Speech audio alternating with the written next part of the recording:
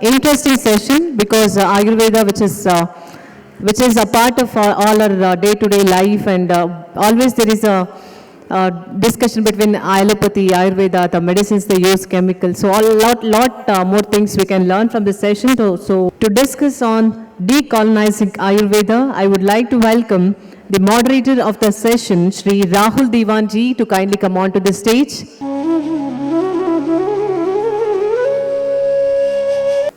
Namaste, thank you for responding. I have three very prominent Vaidyas, all working in Tamil Nadu, Kerala, practicing Ayurveda physicians. Dr. Ramkumar here runs one of the most beautiful hospital that at least I have experienced. This is called Vaidyagram in Coimbatore. Dr. Krishna Kumar is an Ayurveda physician and a professor in an Ayurveda college in Kerala. Dr. Vinod Kumar here is a senior scientist Ayurveda with the Government of India and a practicing physician.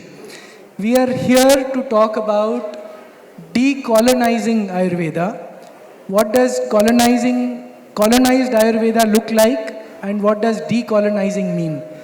Another word that we have is de-allopathizing Ayurveda, and this is the conversation we will have as we go along in this conversation.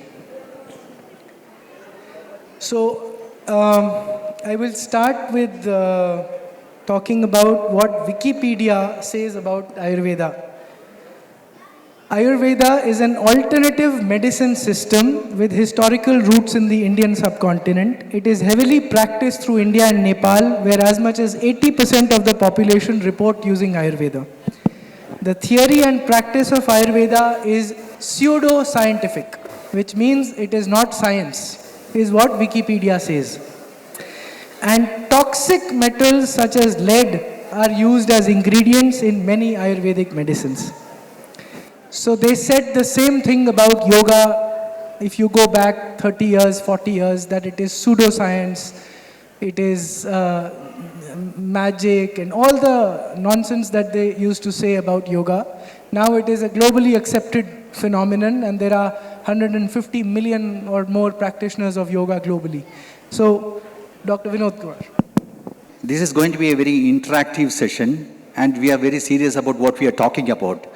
It's very important to understand what is colonization. Colonization is happening even after post-independence in the Shastras like Yoga, Ayurveda, and other Indians as well. So where do we stand, and is it not high time that we reacted to, we prepared ourselves rather than having inferiority complex of having studied or learned and difficult practice Ayurveda systems, particularly Ayurveda? Is it not because of that colonized mind that we have? That is the question that we are trying to address. As he rightly said, Rahulji said, pseudo-medicine, pseudoscience. You Google it, Wikipedia, you can see that. Anybody, if in a country, they will Google if they don't know about a particular word or subject. They Google Ayurveda and they immediately see Ayurveda is a pseudoscience. Do you feel that Ayurveda is a pseudoscience? So it is not pseudoscience, right? Do you feel it's pseudoscience? Not at all. And then they call it as an alternative medicine. See, what is alternative? Alternative to what? A system of medicine which was there for thousands of years, not only 5,000, thousands of years which has been practiced. How can it be alternative to something new? It has been practiced for time immemorial and it is still being practiced. It is not in the museum. So it is not alternative to something, but it is the mainstream. This is like ourselves calling, India is a third world country. We are not a third world country. First of all, we be proud that you are the first world country, not the third world country. Not a developing country.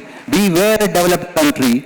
We are a developed country in terms of knowledge, wisdom that we still have. We are a developed country. Similarly, you have to feel that yoga, as he rightly said, yoga also, once upon a time, was felt as just asana, some exercises and things like that. Now with such conferences, we have started talking about Ashtanga Yoga, all those other aspects of yoga, and it is coming up. So this is what we have to see, that how Ayurveda, how to decolonize the Ayurveda tenets. With this, I am stopping for now.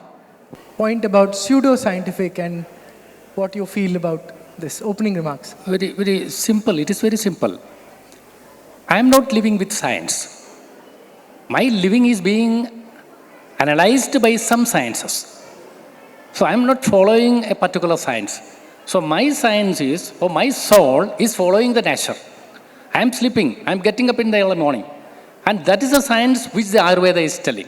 So when you are telling or coining that, a scientific living, even the Einstein was not living in a scientific way. You just, you asked the question to the meta, and I asked also, and it is not possible to live scientifically. The living is being analyzed by the science. Then the yoga and the Ayurveda, even the Siddha and Unani, everything is analyzing your life, and according to the universal rhythm, the harmony, you are living. It is not the science which is controlling us. The living is being controlled. The prana is being controlled by some other factor is not correct. According to Bhagavad Gita, it is not possible to control the soul and the Atma. Because the soul is living, or the highest crux of the life or the life form is the soul or the prana. So the prana is living in such a way with the harmony with the life. But what is the Ayurvedic view of who we are, of creation, of life? If you can give a little bit of... So in Vedas and in Upanishads and even the Indian Shastras, it is explained, or they are accepting this, our Acharyas were accepting the Brahma, Vishnu and Maheshwara of the universal triads. So the Brahma is the creator, and the Vishnu who is preserving the whole universe, and the Shiva is the destructor, he is doing that dissolution. So in same way, every Indian science has these three aspects. For example, in yoga, when you are talking of the Ida, Pingala and Sushumna, the Ida is the creative force of the universe, or representing the creative force of the universe, and the Pingala is the destructive force of the universe.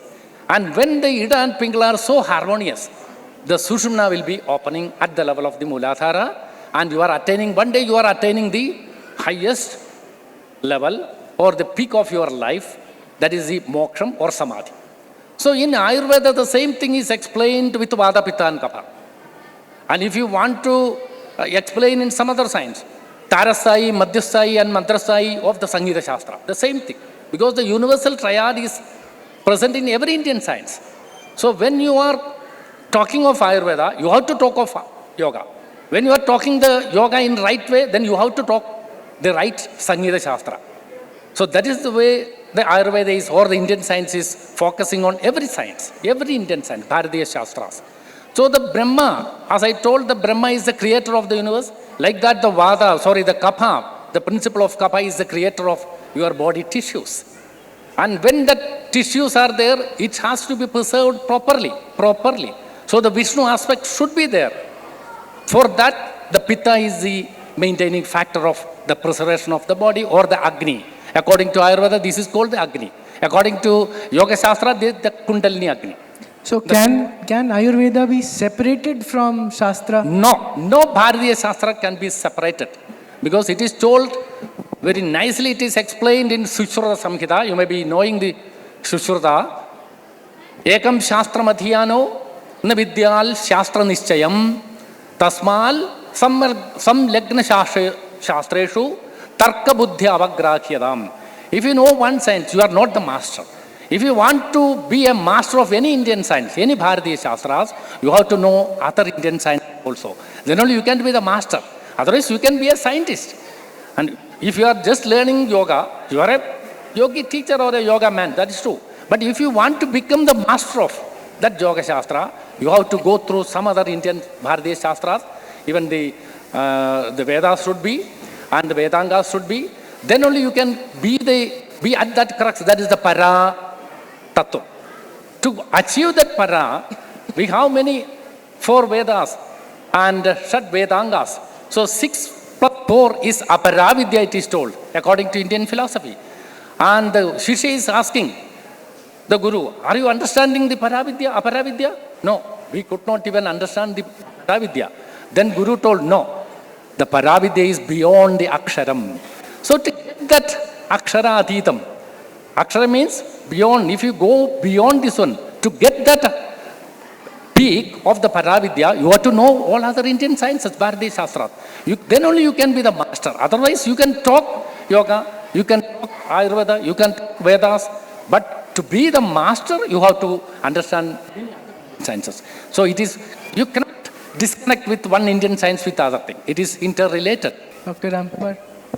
If we go into normal English dictionary and look up the definition of science, it will tell us that science is the systematic observation of natural phenomena to understand facts about them and to create laws and principles based on these facts. If that is the definition of science, how can Ayurveda be a pseudoscience? How can any of the Bharatiya Shastras be put in the bracket of pseudoscience? Because all of the Shastras are based on this principle: observing nature, understanding facts, creating laws and principles based on these facts. And consequently, these principles are eternal principles because they are the principles of nature. They cannot change. When nature does not change, how can these principles change? The practices may change, but the principles, the foundations, the laws can never change. That is the strength of Ayurveda, Yoga, and all Bharatiya Shastras. So, anybody who has studied Ayurveda will never call it a pseudoscience. If one has not studied Ayurveda, how is one qualified to comment on Ayurveda as a pseudoscience? Because they look at their framework of what is science and apply it to us. That happens in education, that happens in Ayurveda, happens in yoga, happens everywhere, right? And that when we fall into that trap of looking at our systems from the Western lens, that is called a colonized mind. You want to? Absolutely. And, that is one of the reasons that at least those of us who are in India should first decolonize our minds. We have what is called a colonial hangover. From the 200 odd years of being ruled by outsiders, we have given up our independent thought process. And we are having a very reductionist worldview as opposed to the holistic worldview of all Bharatiya Shastras.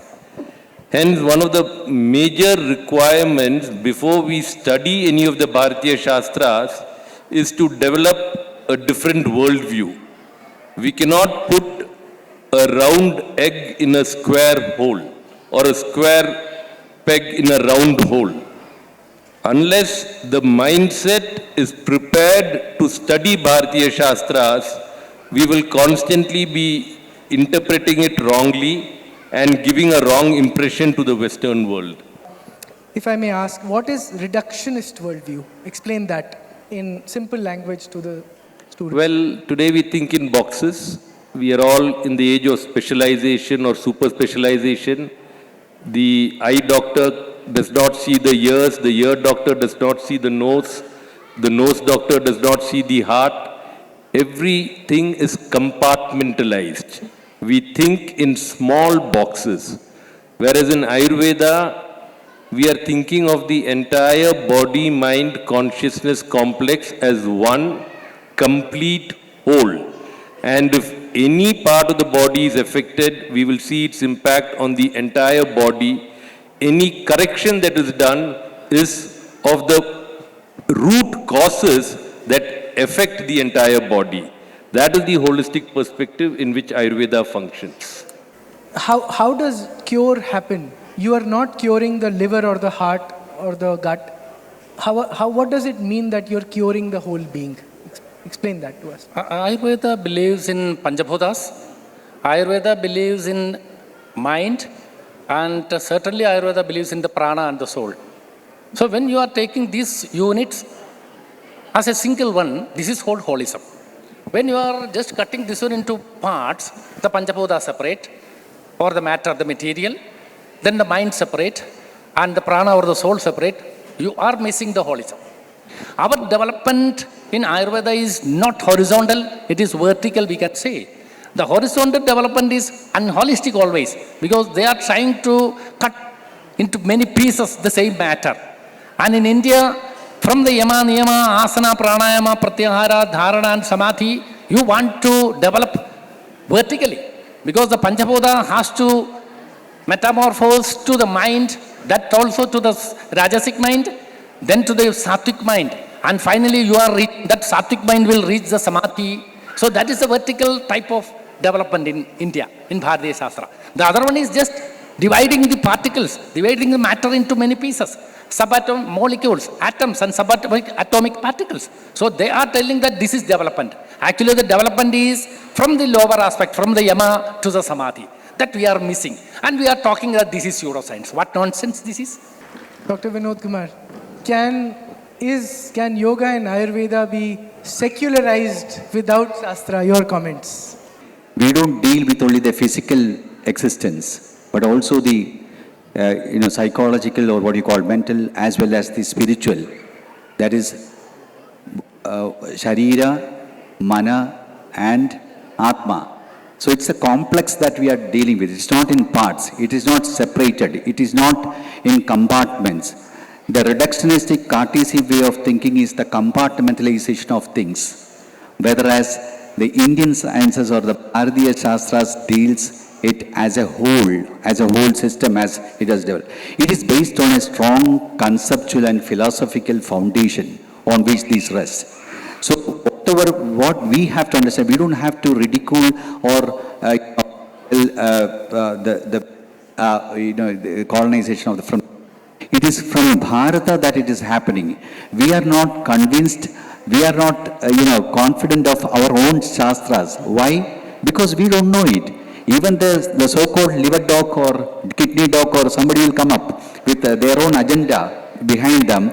Why they are so, without even understanding what is Ayurveda, they are ridiculing. They are saying it is pseudoscience and things like that. Why? Because they have not studied even the basics of Ayurveda. They have not, people who ridicule yoga, they would have had practiced some asanas, but is asana yoga?